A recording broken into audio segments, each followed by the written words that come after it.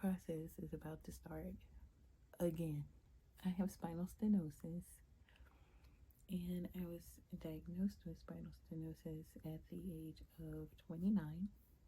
No one caught it. Later found out that I just have congenital spinal stenosis. Stenosis is where you're born with a narrow spinal canal. It's gonna break down, it's gonna wear and tear a lot faster than others who don't have it. It's actually really rare for people to have. And I just want to share my experience, because if it's so rare, it's better for me to tell you about it. Now, I will point out, this is not your typical, I broke my back, I messed it up on a job. It's not that. This is where wear and tear. It's breaking down. So they're walking a little bit slower. They're starting to feel a little pain where they have it. Most of the time it's in the neck or in the lumbar.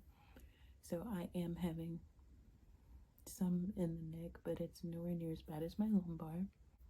But I do want to let you guys know it's there. It's there. It's evident. People do have it. Get checked out. You'll be able to see it on an x-ray. So if you see it, somebody will say, oh, you have a narrow spine. They'll say, oh, you have a pinched nerve. Find out why you got that pinched nerve. See if you have also a skinny spine. See if your body can handle it. After I found out,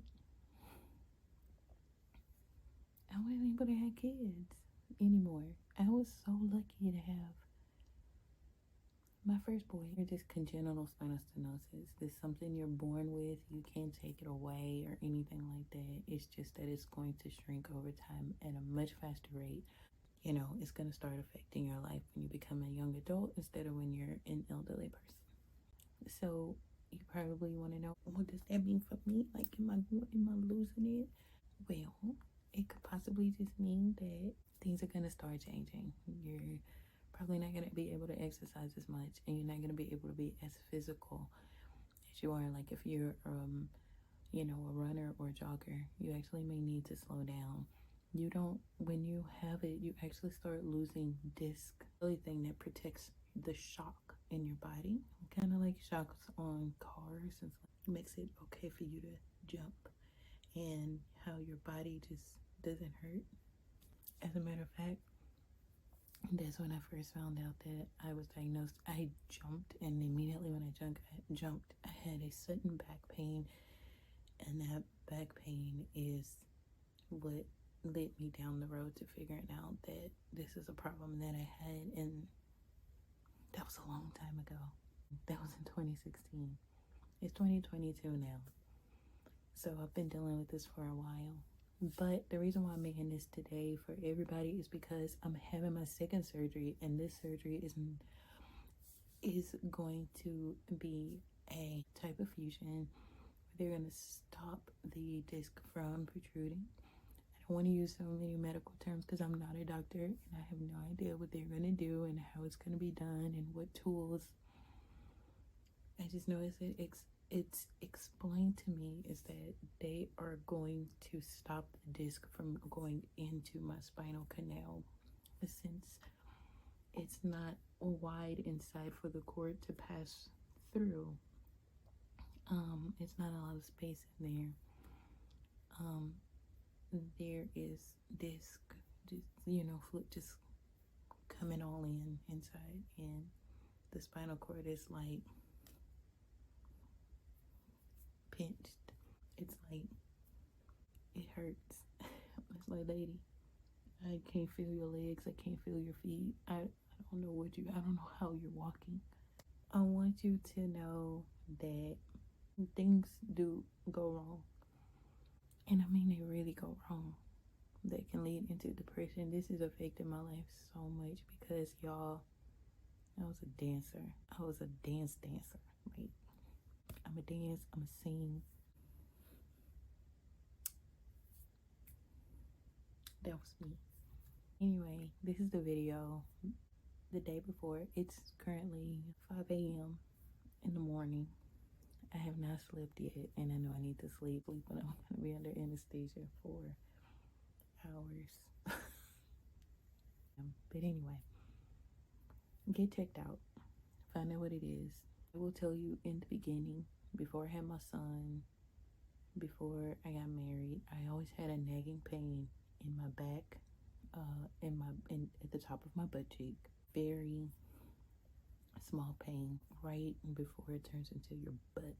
There was pain right there every time I exercised. And I just said, oh, that's fat. I weigh probably about 20 pounds more than what I did back then. The heaviest I ever was in my life, only when I was pregnant, 257 pounds. After my pregnancy, I went back to 217. I've gained weight, and I made it probably when he turned around 2 or 3. I made it to 240, and then I lost weight after that, and I've been kind of hovering around 235, 236 for probably about 5 years. Yeah, but that nagging pain, I ignored for so long. I wish I would have found out about it first, earlier, and did something about it. Weight gain play a part on it. It was more painful when I was pregnant. And considering back then, before I got pregnant and I still had the pain, smaller than what I am now, no. Because it has nothing to do with what I am now, no. Because it has nothing to do with that. When I was pregnant, because the weight on my abdomen, they told me be able to get pregnant again because the support in my lumbar is so bad until I wouldn't be able to carry. My Gino told me I could definitely do it. She just said I had to stay on bed rest and I wouldn't be able to do a thing. It was possible, but she said it's definitely a risk, but she said everything is risky in life. And this is congenital spinal stenosis, but I hope you guys learned something today, and if you did, please comment, subscribe, let me know, tell me your questions. If you have any questions, let me know. And if you also suffer from this rare issue, if you have questions, let me know. I'm more than happy to help. I love helping people. I'm gonna have surgery tomorrow, but all of the stories, everything.